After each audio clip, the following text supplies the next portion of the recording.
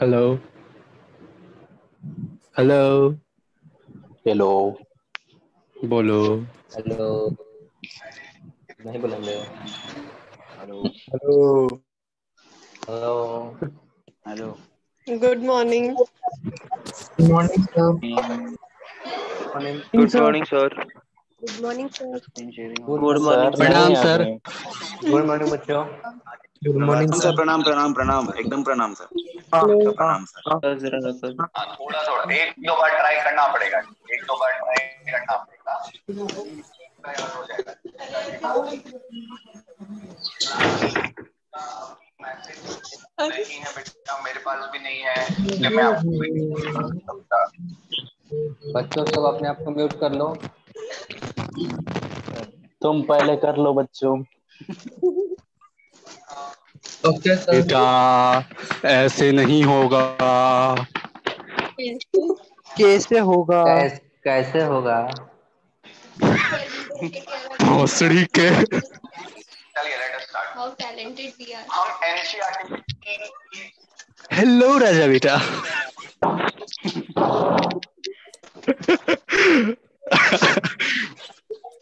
इस type of activity not been हमें कैसे सेटिंग यहाँ पे चेंज बताया करनी कि कौन कौन चीजों को कंसिडर करना है, और एनसीईआरटी क्या पागल इंसान है।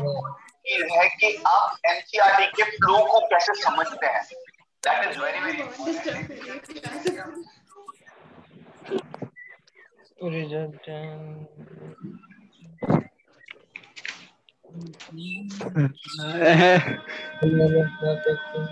साला एल तेरी के तेरी के। जब जब अपडेट होता है साला कुछ ना कुछ चेंज ही आता है। सबका वीडियो का तुम्हारा कहाँ सब गया भाई? रिकॉर्ड हो रहा है सब। वीडियो का कहाँ गया सबका? अरे वही किसी का वीडियो ही नहीं दिखता है। कितने चाहिए तेरे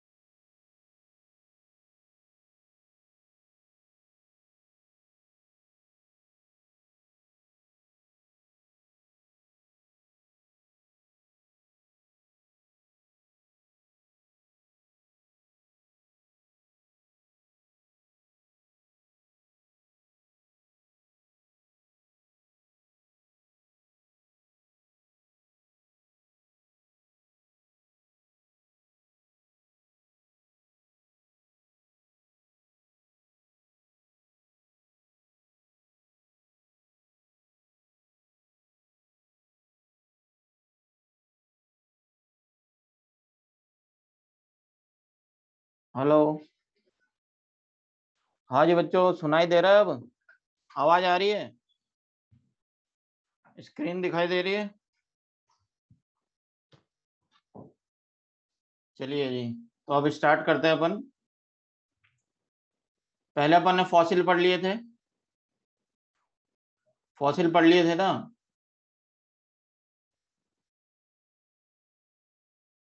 अच्छा, अब फॉसिल में बताइए, सबसे फर्स्ट टाइप का जो फॉसिल हमने पढ़ा था वो कौन सा पढ़ा था? फर्स्ट फॉसिल कौन सा पढ़ा था? अनऑल्टर्ड। सेकंड वाला अनऑल्टर्ड के बाद कौन सा पढ़ा था? पेट्रीफाइड। पेट्रीफाइड के बाद थर्ड मूल्ड। फोर्थ वाला कास्ट। फिफ्थ वाला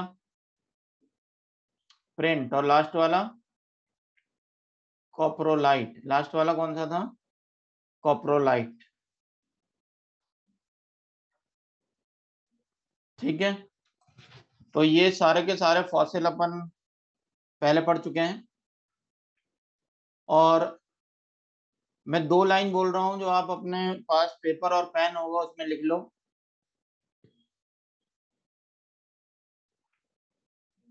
बोलना शुरू करें।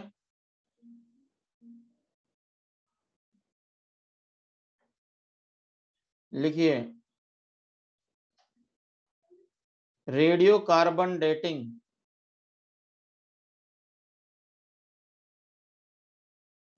रेडियो कार्बन डेटिंग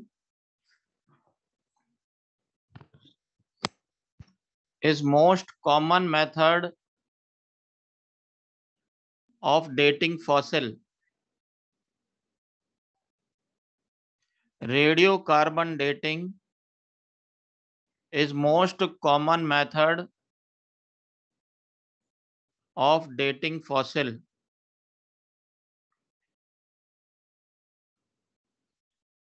लिख लिया? Radiocarbon dating is most common method of dating fossil. फिर दूसरी लाइन लिखो, electron spin resonance. Electron spin resonance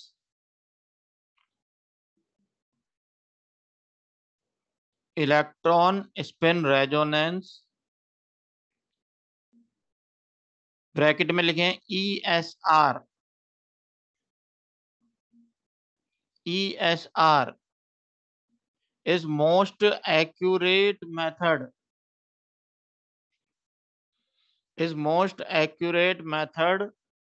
of dating fossil. Is most accurate method of dating fossil. लिख लिया? तो अगर आपसे पूछे most common method of dating fossil, क्या बोलोगे? Most common method of dating fossil radiocarbon. Most accurate method of dating fossil ESR। ठीक है, ये दो है। जो रेडियोकार्बन मेथड है वो हाफ लाइफ पीरियड पर डिपेंड करता है। और हाफ लाइफ पीरियड आपको याद है, कार्बन 14 की हाफ लाइफ देखी जाती है। क्या देखा जाता है? कार्बन 14 की हाफ लाइफ देखी जाती है इसके अंदर। तो वैसे इसकी डेटिंग अपने सिलेबस में नहीं है, फिर भी मॉड्यूल में एक अलग से बॉक्स बना के दिया हुआ है। तो उसमें सारी चीजें याद नहीं रखनी है, पर 2 चीजें याद रखनी है कि मोस्ट कॉमन मेथड पूछे तो रेडियोकार्बन, और मोस्ट एक्यूरेट पूछे तो ESR मेथड। डेटिंग फॉसिल का मतलब होता है फॉसिल की एज कैलकुलेट करना। डेटिंग फॉसिल का मतलब होता है फॉसिल की एज कैलकुलेट करना। और फॉसिल की एज हम कैलकुलेट करते हैं उसके अंदर जो ऑर्गेनिक मैटर प्रेजेंट होता है उसके बेस पर। तो अपन ने जैसे पहले पढ़ा कि साहब ये फॉसिल इतने साल पुराना है और ये इतने साल पुराना है, ये यहाँ लिखा है, ये वहां लिखा है, तो पता कैसे चला? पता चला हमें जब हमने फॉसिल की डेटिंग की। और बहुत सारे मेथड है, जो पुराने मेथड हैं उनमें सबसे ज्यादा कॉमनली यूज किया जाता है कार्बन डेटिंग, क्योंकि सिंपल है, ज्यादा कैलकुलेशन की जरूरत नहीं है। लेकिन ESR में हम इलेक्ट्रॉन स्पिन देखते हैं। आपको याद होगा, आप केमिस्ट्री में पढ़ते होंगे कि जब इलेक्ट्रॉन अपनी ऑर्बिट चेंज करता है तो उसके अंदर वो एनर्जी लूज करता है या गेन करता है, तो उसका स्पिन भी बदल जाता है। तो ये उसके ऊपर बेस्ड है, और इसके अंदर कैलकुलेशन करने के लिए आपको कंप्यूटर की हेल्प लेनी पड़ती है, मैनुअल नहीं होता। लेकिन रेडियो कार्बन में मैनुअल हो जाता है। तो आप लोगों से अभी 12th क्लास में निकलाएंगे नहीं कि आप साहब ESR मेथड से फॉसिल की एज निकला दो, कहीं भी नहीं लिखा हुआ है। यूरेनियम लेड मेथड भी पुराने फॉसिल की एज कैलकुलेट करने के लिए किया जाता है। अब अपन आगे देखते हैं geological time scale. Geological time scale को यहाँ पर लिखा हुआ है क्रोनोलॉजिकल ऑर्डर। क्या लिखा हुआ है यहाँ पर? क्रोनोलॉजिकल ऑर्डर है ये, और इसमें हिस्ट्री ऑफ ऑर्गेनिक एवोल्यूशन दे रखा है अर्थ के ऊपर। क्रोनोलॉजिकल मतलब based on events. Chronological order का मतलब क्या हुआ? Based on events. इवेंट्स पर बेस्ड है ये, इसलिए इसको बोला है क्रोनोलॉजिकल ऑर्डर। समझ में आया? प्रिमिटिव अर्थ पर जो जो इवेंट्स हुई थी उसकी हिस्ट्री के बेस पर ये एक टाइम स्केल बनाया हुआ है, इसलिए इसको अपन बोलते हैं जियोलॉजिकल टाइम स्केल। और ये टाइम स्केल कहां से कहां तक का है? ये टाइम स्केल है from origin of earth till today. कहां से कहां तक का टाइम पीरियड इसमें लिया गया है? From origin of earth till today. Earth का ओरिजिन कितने साल पहले हुआ बताइए? 4.5 बिलियन ईयर्स अगो। और आज कौन सा ईयर चल रहा है? 2021। तो देखो वहां से लेकर के और आज तक का टाइम, ओरिजिन ऑफ अर्थ से लेकर के आज तक का टाइम, इसको हमने अलग अलग पीरियड्स में डिवाइड किया है। आज से लेकर के और जब अर्थ का ओरिजिन हुआ था, जब से लेकर के अभी तक का टाइम पूरा किसमें डिवाइड किया है? पीरियड्स में डिवाइड किया है। तो इसको हमने एक टाइम स्केल की फॉर्म में बना दिया है। जैसे आप टाइम टेबल बनाते हैं ना पढ़ने का, वैसे इसको अपन ने एक टाइम स्केल में बना दिया है। ठीक है, अब देखिए आगे अपन बात करते हैं जो टाइम स्केल है वो कैसे डिवाइड किया है। सबसे बड़ा टाइम स्केल है एरा।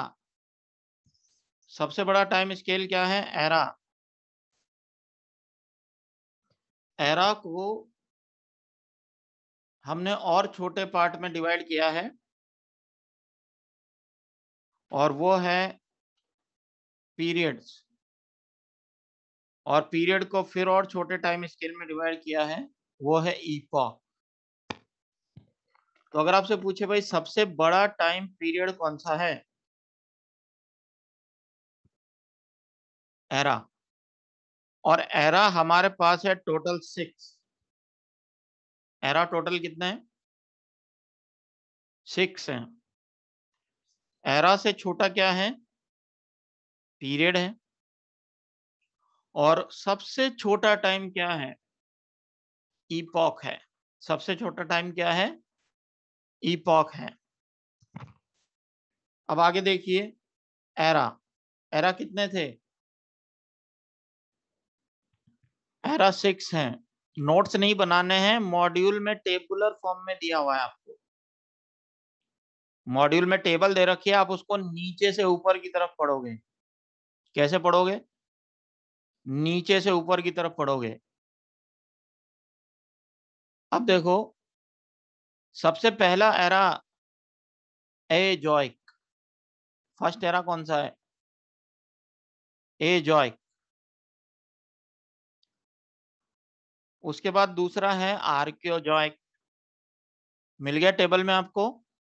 आर्कियोजोइक है, फिर प्रोटेरोजोइक, फिर पेलियोजोइक, फिर मीजोजोइक और लास्ट में सीनोजोइक। 6 एरा हो गए पूरे। फर्स्ट कौन सा निकला नीचे से? एजोइक, फिर आर्कियोजोइक, फिर प्रोटेरोजोइक, फिर पेलियोजोइक, फिर मीजोजोइक और फिर लास्ट में सीनोजॉइक। ये 6 एरा हो गए हैं। ए जॉइक, ए का मतलब होता है विदाउट, जॉइक का मतलब होता है लाइफ। ए का मतलब होता है विदाउट और जॉइक का मतलब क्या होता है? लाइफ। ऐसा एरा जिसमें लाइफ नहीं है, बताइए कौन सा एरा होगा?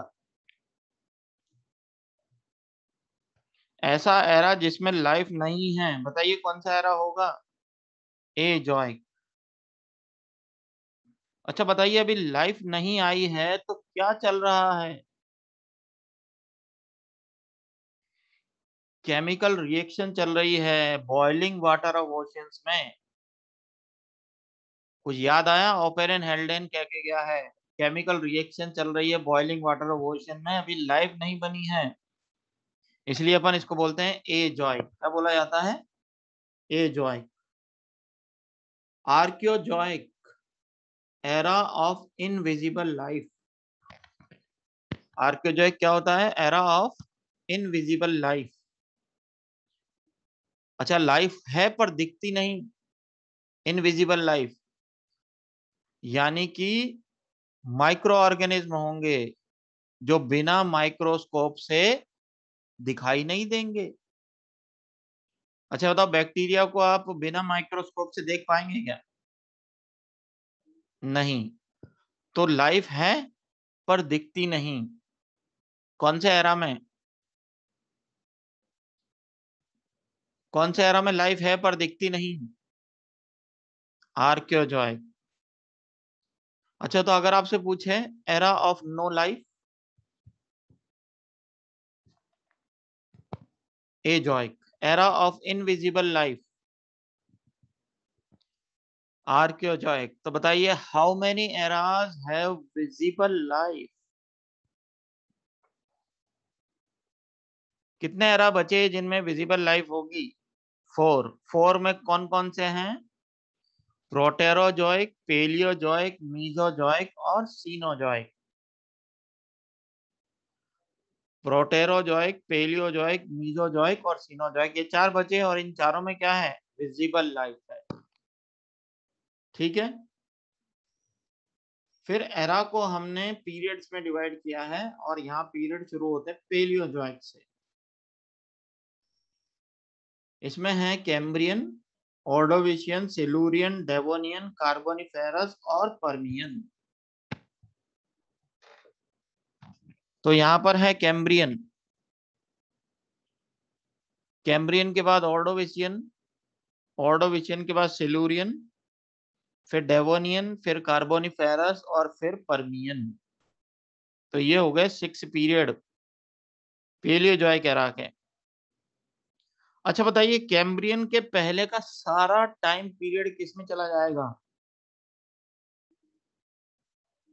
कैम्ब्रियन से पहले का सारा टाइम पीरियड चला जाएगा प्री कैम्ब्रियन में। किसमें चला जाएगा? प्री कैम्ब्रियन में।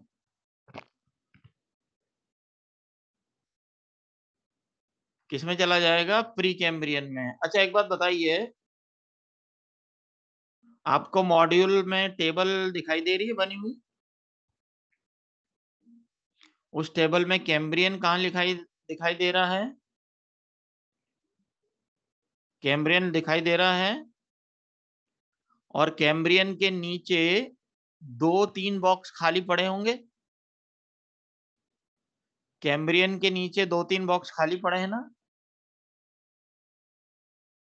हाँ जी, तो उन तीनों बॉक्स में एक सीधी लाइन खींचो। उन तीनों बॉक्स में एक सीधी लाइन खींचो और वहां लिखो प्री कैम्ब्रियन। लाइन के ऊपर लिख दो प्री कैम्ब्रियन।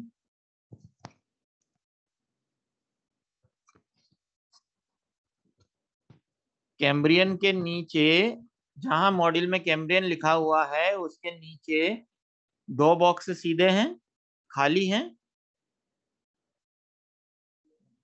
उन पे एक खड़ी लाइन खींचो और उस पे लिख दो प्री कैम्ब्रियन। अच्छा तो बताइए, कैम्ब्रियन से पहले का पूरा टाइम किस में चला जाएगा?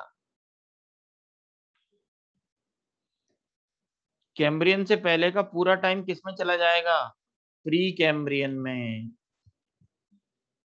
ये तो समझ में आ गया ना कि कैम्ब्रियन का पहले का पूरा टाइम किस में चला जाएगा? कैम्ब्रियन से पहले का पूरा टाइम किस में चला जाएगा? प्री कैम्ब्रियन में।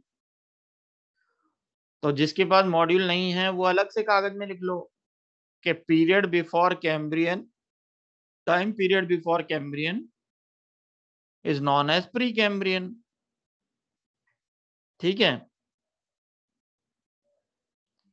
अब देखो सारे एरा के बारे में बताएंगे अभी एक एक करके। इसके बाद अपन बात करते हैं पेलियोजोइक के पीरियड की। तो कैम्ब्रियन, कैम्ब्रियन के बाद ऑर्डोविशियन, ऑर्डोविशियन के बाद सिलूरियन, सिलूरियन के बाद डेवोनियन, डेवोनियन के बाद कार्बोनिफेरस और लास्ट में पर्मियन। मीजोजोइक को 3 पीरियड्स में डिवाइड किया है, ट्रायसिक, जुरासिक और क्रिटेशियस। ट्रायसिक, जुरासिक और क्रिटेशियस। ठीक है। सीनोजोइक को 2 पीरियड में डिवाइड किया है, टर्शरी और क्वाटरनरी। सीनोजोइक को कितने पीरियड में डिवाइड किया है? 2, टर्शरी और क्वाटरनरी। तो ये हो गए हैं एरा और पीरियड। अच्छा बताइए एरा कौन से हैं? 6 एरा है ना? Azoic, Archaeozoic, Proterozoic, Palaeozoic, Mesozoic और सीनोजोइक।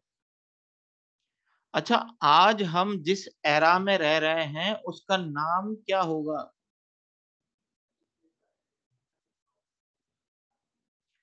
तो आज आप किस एरा में रह रहे हैं?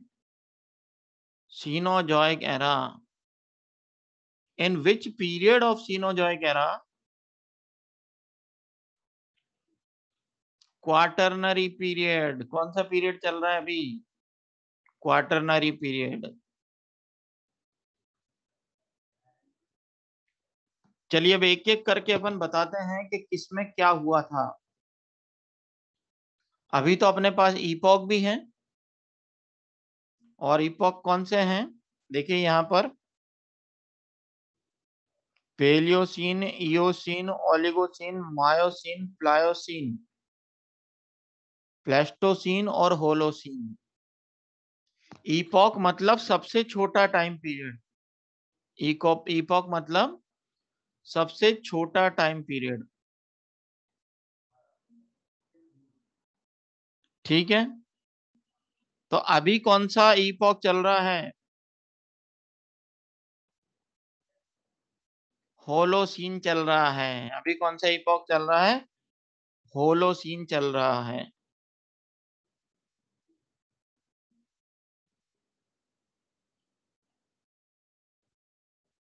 अच्छा अब देखिए, ये तो अपन ने देखा एरा, पीरियड और इपॉक। अब अपन देखते हैं एजोइक। एजोइक क्या है? Era of no life. Azoic क्या है? Era of no life. Archaeozoic, era of invisible life. अभी जो मैं समझा रहा हूं वो समझते रहो, बाद में याद क्या क्या करना है वो मैं बताऊंगा। कई बच्चों का डाउट है ना, सर ये इतना बड़ा है कैसे याद रखेंगे, क्या होगा क्या नहीं होगा। तो अभी पहले समझ लो, फिर बाद में मैं आपको बता दूंगा क्या क्या लर्न करना है आपको। क्लियर? चलिए जी, ईपॉक के नाम दिखा दो तो ईपॉक के आपके पास पीपीटी पहुंच जाएगी ना पीडीएफ की फॉर्म में, क्यों परेशान हो रहे हो? एरा एक बड़ा टाइम पीरियड है और उससे छोटा टाइम स्केल पीरियड है। सबसे बड़ा एरा, उससे छोटा पीरियड, उससे छोटा ईपॉक। समझ गए? चलिए जी, अगर एजोइक बोले तो क्या हो गया? No life. Archaeozoic, invisible life. और उसके बाद फिर आया ग्रेट जियोलॉजिकल रिवॉल्यूशन। एक बड़ी महाक्रांति, एक बड़ी महाप्रलय। और ये जो जियोलॉजिकल रिवॉल्यूशन होते हैं ना, इसके अंदर लाइफ फॉर्म का बहुत ज्यादा नुकसान हो जाता है, बहुत ज्यादा डिस्ट्रक्शन हो जाता है, बहुत सारे ऑर्गेनिज्म मर जाते हैं, प्लांट्स खत्म हो जाते हैं, कई सारे ऑर्गेनिज्म एक्सटिंक्ट हो जाते हैं,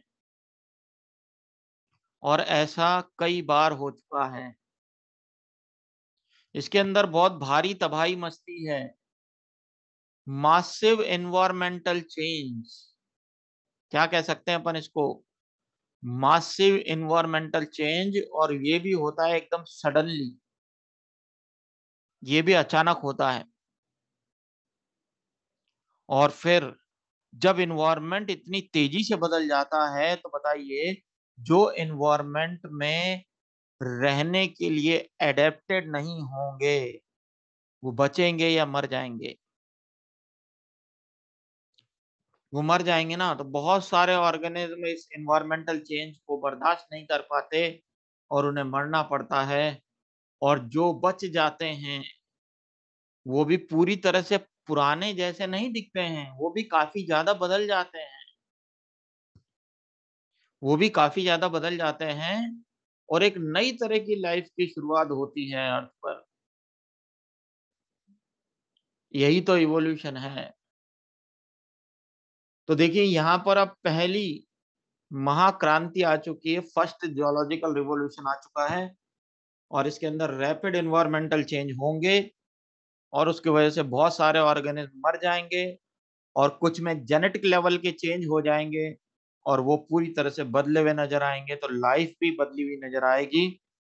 फिर आएगा अपना प्रोटेरोजोइक। अभी कुछ बच्चों का डाउट था कि सर प्रोटेरोजोइक में क्या हुआ था, तो अब देखिए प्रोटेरोजोइक में ज्यादातर इनवर्टिब्रेट्स आ गए हैं। बताइए अब जियोलॉजिकल रिवोल्यूशन के बाद लाइफ फॉर्म चेंज हुई या नहीं? हुई है ना। तो अब कहां तक लाइफ पहुंच गई है? अब इनवर्टिब्रेट तक आ गए हैं। कहां तक आ गए हैं? इनवर्टिब्रेट तक आ गए हैं। और उसके बाद फिर से एक और महाक्रांति हुई है इनवर्टिब्रेट में। अच्छा बताइए, एनिलिडा वर्टिब्रेट है या इनवर्टिब्रेट है? Arthropoda, Mollusca. तो एनिलिडा, आर्थ्रोपोडा, मोलस्का ये सारे के सारे प्रोटेरोजोइक में थे। प्रोटेरोजोइक में लाइफ कहां तक पहुंच गई थी? मोलस्का तक पहुंच गई थी। अच्छा आप बताइए कि अब धीरे धीरे मोलस्का डोमिनेंट हो जाएगा? अरे होगा या नहीं? मोलस्का धीरे धीरे डोमिनेंट हो जाएगा और ओशियन में ढेर सारे मोलस्का हो जाएंगे। फिर एक और महाक्रांति होगी, सेकंड जियोलॉजिकल रिवॉल्यूशन, और ये अब तक अर्थ की हिस्ट्री में सबसे बड़ा रिवॉल्यूशन था। और इसके अंदर अर्थ के ऊपर जो बहुत सारी स्पीशीज थी वो एक्सटेंट हो गई थी। सबसे ज्यादा डिस्ट्रक्शन इसी जियोलॉजिकल रिवॉल्यूशन की वजह से हुआ था, वो था सेकंड जियोलॉजिकल रिवॉल्यूशन। और उसके बाद एरा चेंज हो गया। यहाँ अगर अपन ध्यान दें तो एरा का चेंज एक रिवॉल्यूशन से होता है। एरा का चेंज क्या होगा? रिवॉल्यूशन से होता है। फिर हमारे पास एरा आया है पेलियोजोइक एरा। और पेलियोजोइक एरा में पीरियड्स बताइए कितने हैं? सबसे पहला कैम्ब्रियन, फिर ऑर्डोविशियन, फिर सिलूरियन, फिर डेवोनियन, फिर कार्बोनिफेरस, और फिर पर्मियन।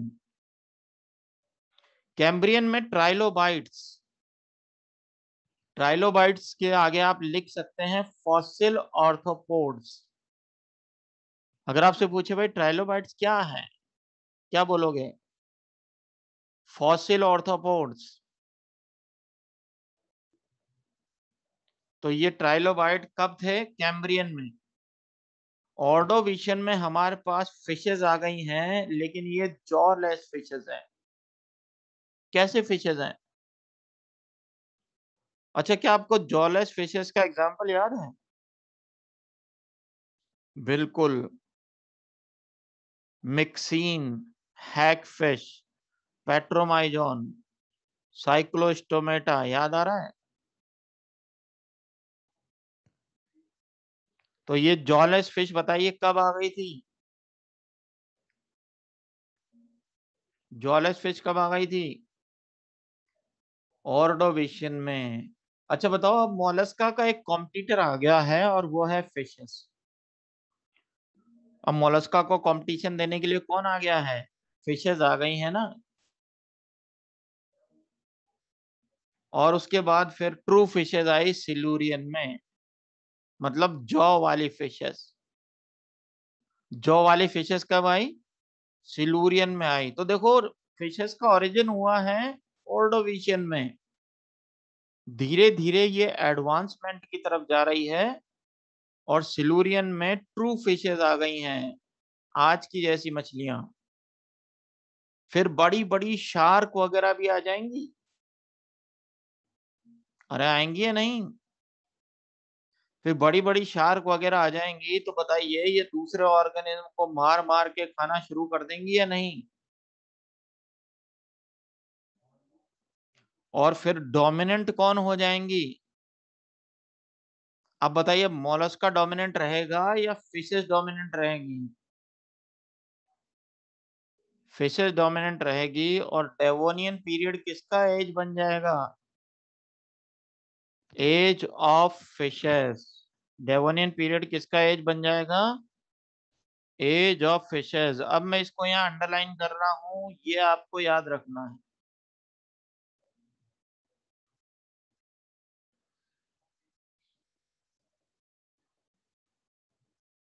जो जो मैं इसमें अंडरलाइन कर रहा हूँ, हाईलाइट कर रहा हूँ, वो आपको याद रखना है।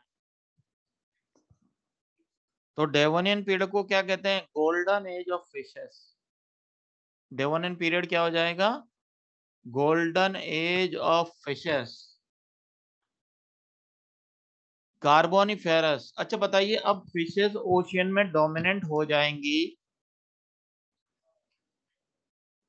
और अपना नंबर लगातार बढ़ाती रहेंगी, तो खाने के लिए कंपटीशन बढ़ेगा या कम होगा?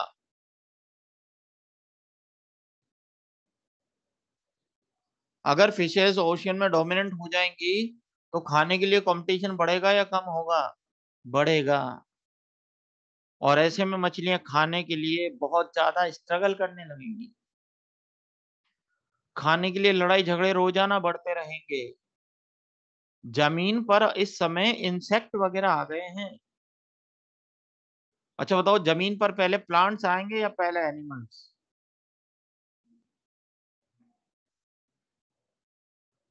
जमीन पर पहले प्लांट्स आएंगे, उसके बाद फिर इंसेक्ट्स आएंगे। लेकिन अभी तक और दूसरे ऑर्गेनिज्म लैंड वाले पार्ट पे नहीं आए हैं। अभी लाइफ ओशियन में ज्यादा है। अच्छा बताओ, बाहर तो खाना यूं ही पड़ा रहेगा।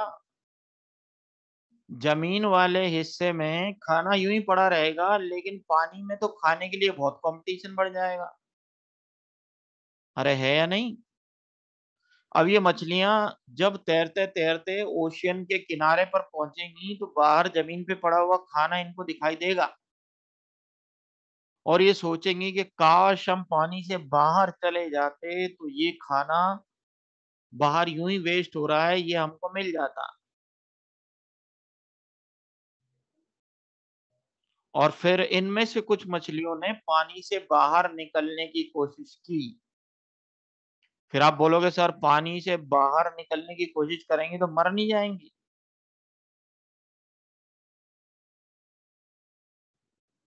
और इनमें से कुछ मछलियां ऐसी थी जो पानी के बाहर रहने में भी कैपेबल थी। वो पानी के बाहर भी जिंदा रहती थी। और पानी के बाहर जिंदा रहने वाली वो मछली थी सीलोकैन। पानी के बाहर रहने वाली वो मछली कौन सी थी? सीलोकैन। और एनसीईआरटी में इसके लिए नाम लिखा हुआ है सीलोकैंथ या लोबेफिन।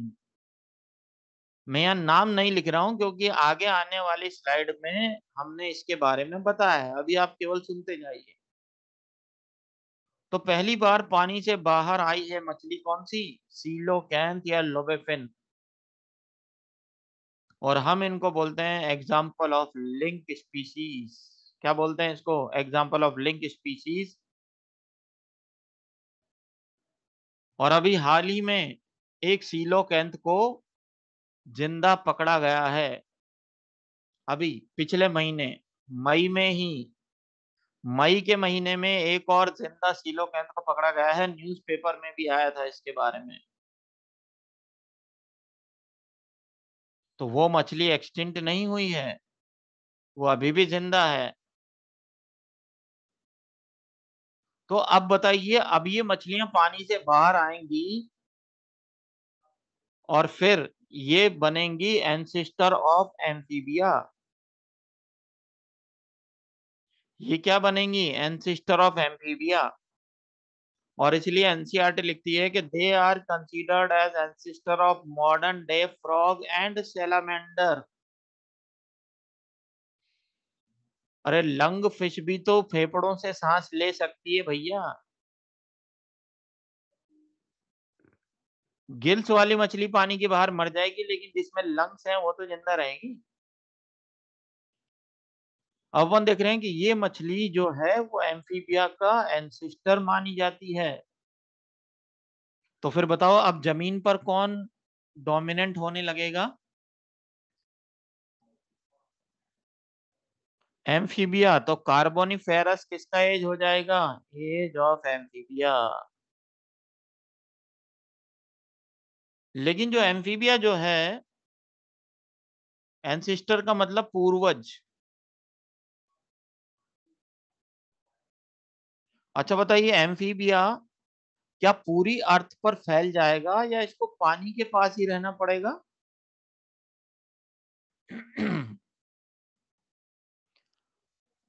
तो जहां ओशियन में फिशेस डोमिनेंट रहेगी, वहां जमीन के ऊपर एम्फीबिया डोमिनेंट रहेगा। ऐसा थोड़ी एम्फीबिया बनते ही फिश एक्सटिंक्ट हो जाएगी। क्या मछलियां आज दिखाई नहीं देती क्या आपको? लेकिन एम्फीबिया की एक मजबूरी है कि इसको पानी के पास ही रहना पड़ेगा, क्योंकि एग लेइंग के लिए इसको वाटर की रिक्वायरमेंट है। अरे है या नहीं? अच्छा बताइए, क्या एम्फीबिया की बॉडी पर स्केल्स होते हैं क्या? एम्फीबिया की बॉडी पर स्केल्स होते हैं क्या? क्या एम्फीबिया के एग पर शेल होता है क्या? तो एक तो इसकी बॉडी पर स्केल नहीं, दूसरा इसके एग के ऊपर शेल नहीं, और इसको पानी की रिक्वायरमेंट है। अरे है नहीं, इसलिए ये कहाँ रहना पसंद करेगा? पानी के पास। लेकिन रेप्टाइल वर फर्स्ट फुली लैंड अडेप्टेड।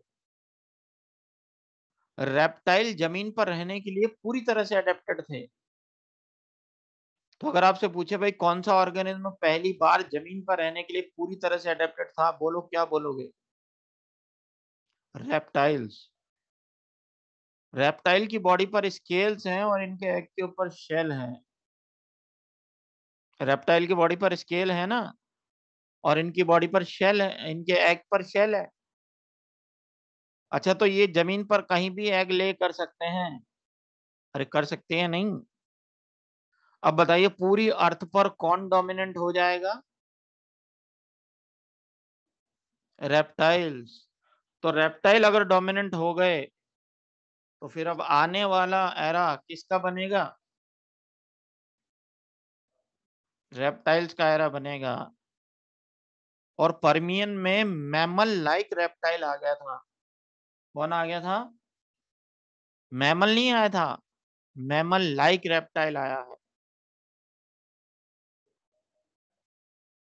फिर देखो, उसके बाद फिर एक रिवॉल्यूशन हो गया है, और इसको अपन बोलते हैं एपल्शियन रिवॉल्यूशन। क्या बोलते हैं? एपल्शियन रिवॉल्यूशन। और फिर आया मीजोजॉइक एरा। और मीजोजॉइक एरा को क्या बोलते हैं? Age of reptile. Mesozoic era क्या है? Age of reptile. Mesozoic era क्या है? Age of reptile. अब इसमें 3 पीरियड हैं, ट्रायसिक, जुरासिक और क्रिटेशियस। कितने पीरियड दिखाई दे रहे हैं इसमें? ट्रायसिक, जुरासिक और क्रिटेशियस।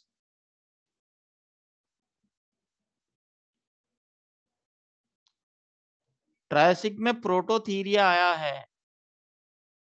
और प्रोटोथीरिया क्या जानते हो आप? प्रोटोथीरिया में क्या है बताइए। प्रोटोथीरिया में क्या आता है? प्लेटिपस, एकिडना।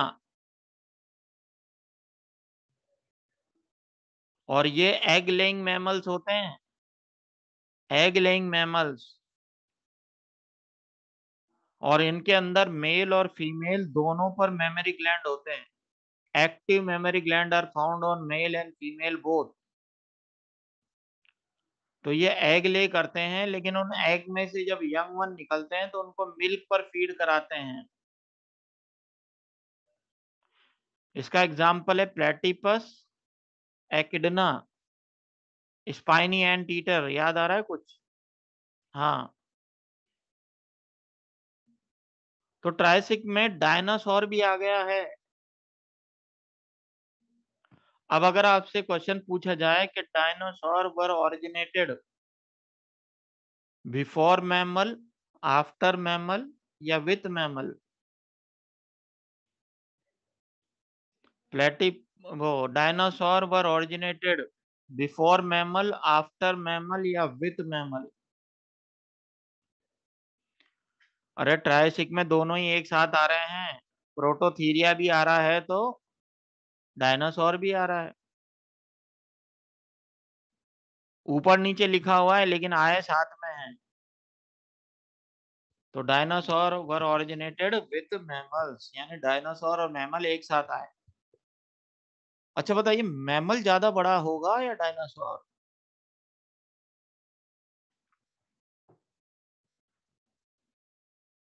तो फिर अर्थ पर डोमिनेंट कौन हो जाएगा?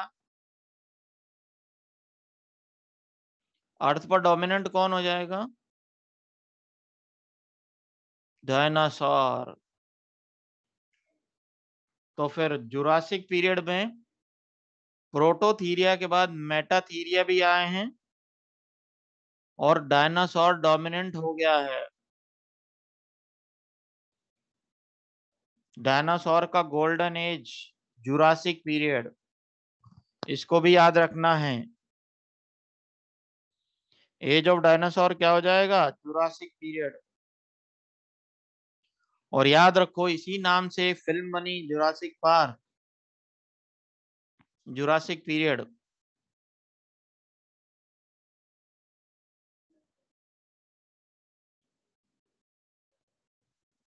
तो डायनासोर का ओरिजिन कब हुआ? ट्रायसिक में, जुरासिक में मेटाथीरिया। मेटाथीरिया में कौन आता है? कंगारू। मेटाथीरिया में कौन आता है? कंगारू।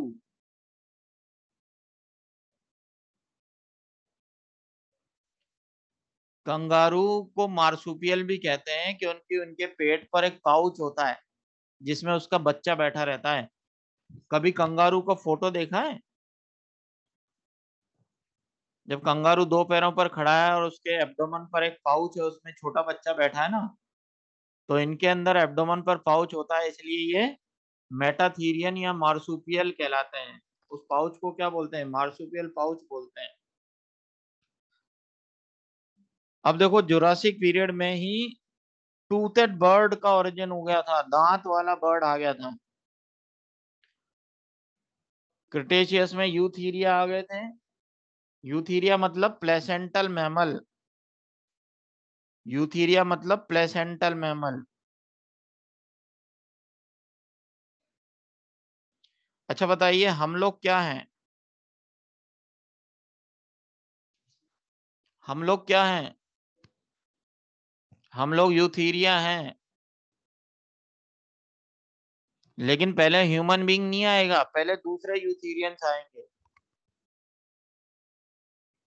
और क्रिटेशियस में डायनासोर एक्सटिंक्ट हो गया है। क्रिटेशियस में डायनासोर एक्सटिंक्ट हो गया है। अच्छा तो अगर आपसे पूछे ओरिजिन ऑफ डायनासोर,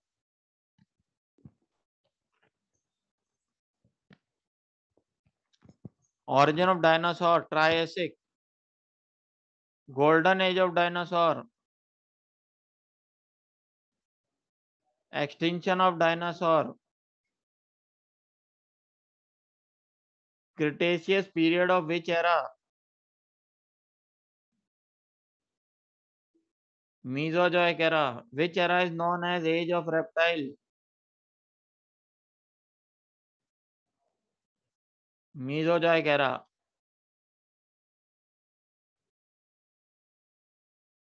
उसके बाद अपन बात करते हैं, अच्छा बताइए, अब डायनासोर एक्सटिंक्ट हो गया तो सबसे बड़ा फायदा किसको मिलेगा? डायनासोर एक्सटिंक्ट हो गया तो सबसे बड़ा फायदा किसको मिलेगा? मैमल्स को। और एनसीईआरटी लिखती है कि about 65 million years ago dinosaur suddenly disappeared from this earth. NCERT लिखती है about 65 million years ago dinosaur suddenly disappeared from this earth and no one knows the actual reason of their extinction. Some says that climatic changes killed them. Some other believed that some of them converted into birds. और एक और concept इसके पीछे है, वो है meteorite strike. Meteorite strike. तो ये 3 व्यूज हैं डायनासोर के एक्सटिंक्शन के लिए। एक तो rapid climatic change, meteorite strike, और उस समय उनमें से जो कुछ बचे वो बर्ड्स में कन्वर्ट हो गए। अब आप सोच रहे होंगे कि सर डायनासोर के साथ मैमल भी तो थे, वो क्यों बच गए, डायनासोर ही क्यों मरे? नहीं। अच्छा बताइए, अर्थ पर उस समय डायनासोर भी है और मैमल्स भी हैं, लेकिन बड़ी साइज का कौन है? डायनासोर। छोटी साइज के कौन है? मैमल्स। छोटी साइज के कौन है? मैमल्स। अच्छा, अब अचानक क्या हुआ? रैपिड क्लाइमेटिक चेंज होने लगा। रैपिड क्लाइमेटिक चेंज होने लगा तो वॉल्केनो इरप्ट होने लगे, आसमान से जलते हुए मीटियोराइट बड़ी बड़ी साइज के अर्थ से टकराने लगे। अच्छा बताइए, अगर मीटियोराइट अर्थ से टकराएगा तो अर्थ में वाइब्रेशन होगा या नहीं? अगर बहुत बड़े बड़े मीटियोराइट अर्थ से टकराएंगे तो अर्थ में बड़े बड़े गड्ढे बन जाएंगे और वाइब्रेशन होंगे। उसकी वजह से वॉल्केनो इरप्ट होने लगेंगे। वॉल्केनो इरप्शन से लावा निकलेगा। वॉल्केनो इरप्शन से लावा निकलेगा, बहुत सारा धुआं निकलेगा और डस्ट पार्टिकल्स निकलेंगे। अब देखिए, धूल और धुआं जो है वो धीरे धीरे पूरे एनवायरनमेंट में फैलने लगेगा। बड़ी साइज के ऑर्गेनिज्म को सांस लेने के लिए ज्यादा ऑक्सीजन चाहिए होगी या नहीं? अच्छा बताइए, हमारा आरबीसी न्यूक्लिएटेड होता है या नॉन न्यूक्लिएटेड? अगर हमारा आरबीसी नॉन न्यूक्लिएटेड है तो उसके में फायदे हैं या नुकसान हैं?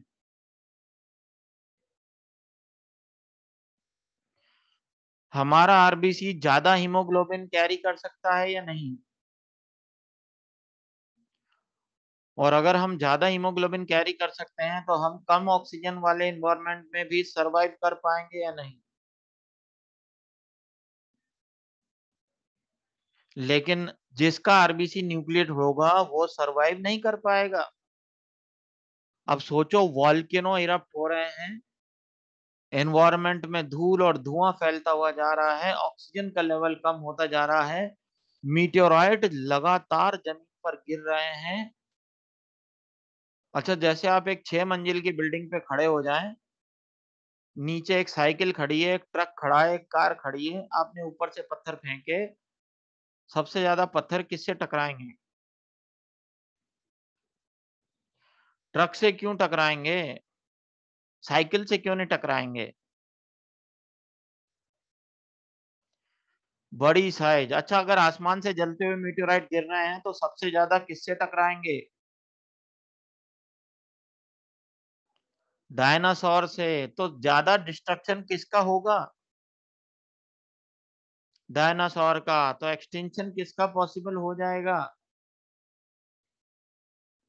डायनासोर का। अच्छा बताइए, कम ऑक्सीजन वाले एनवायरनमेंट में मैमल रहने के लिए अडेप्टेड थे या नहीं? वो जिंदा बच गए। और जब डायनासोर खत्म हो गया तो सबसे बड़ा फायदा किसको मिला? मैमल्स को। अब कई बच्चे कह रहे हैं सर डायनासोर के छोटे बच्चे तो बच जाएंगे। अरे छोटे बच्चे अपने बिना माँ बाप के खाएंगे क्या? क्या मैमल कंपटीशन में उनको फिर हरा नहीं देंगे? अच्छा आप देखिए, डायनासोर एक्सटिंक्ट हो गए तो सबसे बड़ा फायदा किसको मिला? मैमल्स को। कई बच्चे पूछ रहे हैं सर डायनासोर मैमल नहीं थे क्या? अरे मैमल क्या होता है? जिसकी बॉडी पर हेयर्स होते हैं और जिसके पास मेमोरी ग्लैंड होती है। क्या डायनासोर अपने बच्चों को दूध पिलाते थे क्या? तो मैमल होंगे या रेप्टाइल होंगे? चलिए जी, फिर आया रॉकी माउंटेन रिवॉल्यूशन। एक और रिवॉल्यूशन आ गया है। और इस रिवॉल्यूशन में अमेरिका में जो रॉकीज माउंटेन रेंज है उसका फॉर्मेशन हुआ है। अमेरिका में जो रॉकीज माउंटेन रेंज है उसका फॉर्मेशन हुआ है। और जो अपेल्शियन रिवॉल्यूशन इसके पहले हमने पढ़ा था उसके अंदर हिमालयास का फॉर्मेशन हुआ है। अब सोचो, इतना गहरा, जहां आज हिमालयास है वहां पहले टेथिस सी हुआ करता था। जहां आज हिमालयास है वहां पहले क्या था? एक सी था, टेथिस सी। अब सोचो, जब टेक्टोनिक प्लेट्स आपस में टकराई तो इतना ऊंचा पहाड़ बन गया। सोचो सी का वाटर कहाँ गया होगा? सी का वाटर कहाँ गया होगा? वो पानी बह करके जहां भी गया वहां पर सारे प्लांट्स और एनिमल मारे गए। और जो ऐसे डिस्ट्रक्शन के अंदर जो प्लांट्स वगैरह मिट्टी में दब जाते हैं ना, उनसे पेट्रोलियम और कोल बन जाता है। याद आ रहा है आपको? प्लांट के दबने से कोल बनेगा और एनिमल्स के दबने से फॉसिल फ्यूल पेट्रोलियम बनता है। तो अब सोचो, जहाँ इतने गहरे गहरे समुद्र थे वहां इतने ऊंचे ऊंचे पहाड़ बन गए तो कितनी ज्यादा डाइवर्सिटी का लॉस हुआ होगा। तो अब रॉकी माउंटेन रिवोल्यूशन के बाद जो एरा शुरू होगा वो सीनोजॉइक। सीनोजॉइक को क्या बोलते हैं अपन? Era of mammal. Era of mammal, Cenozoic era. इसको बोला जाता है age of mammals, golden age of mammals, सीनोजॉइक।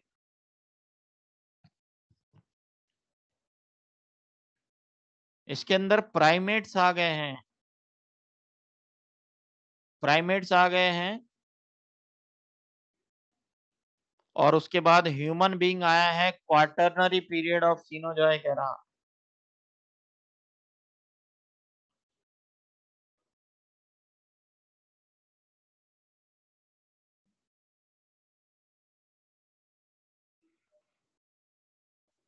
तो ये अपने पास था जियोलॉजिकल टाइम स्केल।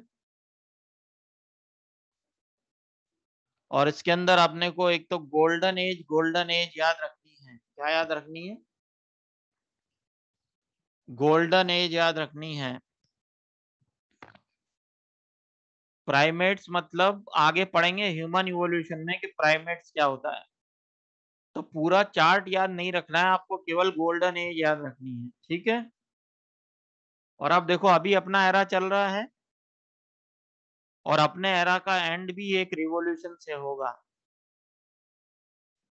अपने एरा का एंड भी किससे होगा? एक रिवॉल्यूशन से होगा। अब आपके दिमाग में ये क्वेश्चन आ रहे होंगे कि सर आखिर में ये इतने सारे रिवॉल्यूशन क्यों आते हैं? ये इतने सारे रिवॉल्यूशन क्यों आते हैं? कैसे होता है ये सब? तो देखिए, साइंटिस्टों ने इसके ऊपर बहुत रिसर्च की है। और उन सब का रिजल्ट एक ही आया है, और वो रिजल्ट क्या आया है कि अर्थ पर जिस समय जो लाइफ डोमिनेंट होती है, अर्थ पर जिस समय जो लाइफ डोमिनेंट होती है वो अपना नंबर बहुत तेजी से बढ़ाती है, और वो नंबर बहुत तेजी से बढ़ाती है तो उसको ज्यादा रिसोर्सेस चाहिए होते हैं, और ज्यादा रिसोर्सेस के लिए वो नेचर को एक्सप्लॉइट करने लग जाती है, और अगर नेचर को एक्सप्लॉइट करने लग जाती है तो फिर नेचर का बैलेंस बिगड़ जाता है, और फिर इन्वायरमेंट पर उसका बहुत गहरा असर पड़ता है, और इन्वायरमेंट अचानक बदलना शुरू कर देता है। जैसे आज अपन ह्यूमन बींग्स को देखें,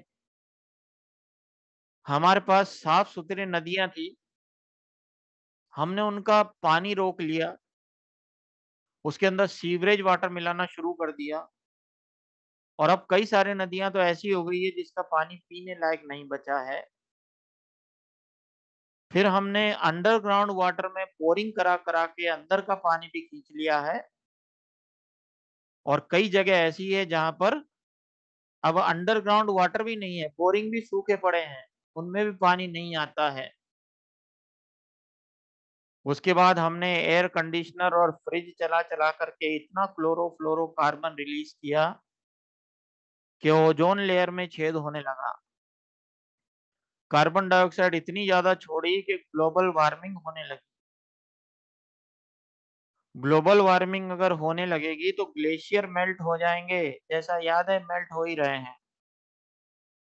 ग्लेशियर मेल्ट होकर के टूट जाता है तो तबाही आ जाती है, जैसे उत्तराखंड में आ चुकी है। और अगर सोचो ये सारे ग्लेशियर मेल्ट हो जाएंगे तो वो नदियां जो ग्लेशियर से चल रही हैं, जैसे गंगा नदी, अरे गंगा नदी ग्लेशियर से आती है या नहीं? अगर सोचो कि गंगोत्री ग्लेशियर पूरी तरह से मेल्ट हो गया तो उसका पानी बह करके कहाँ जाएगा?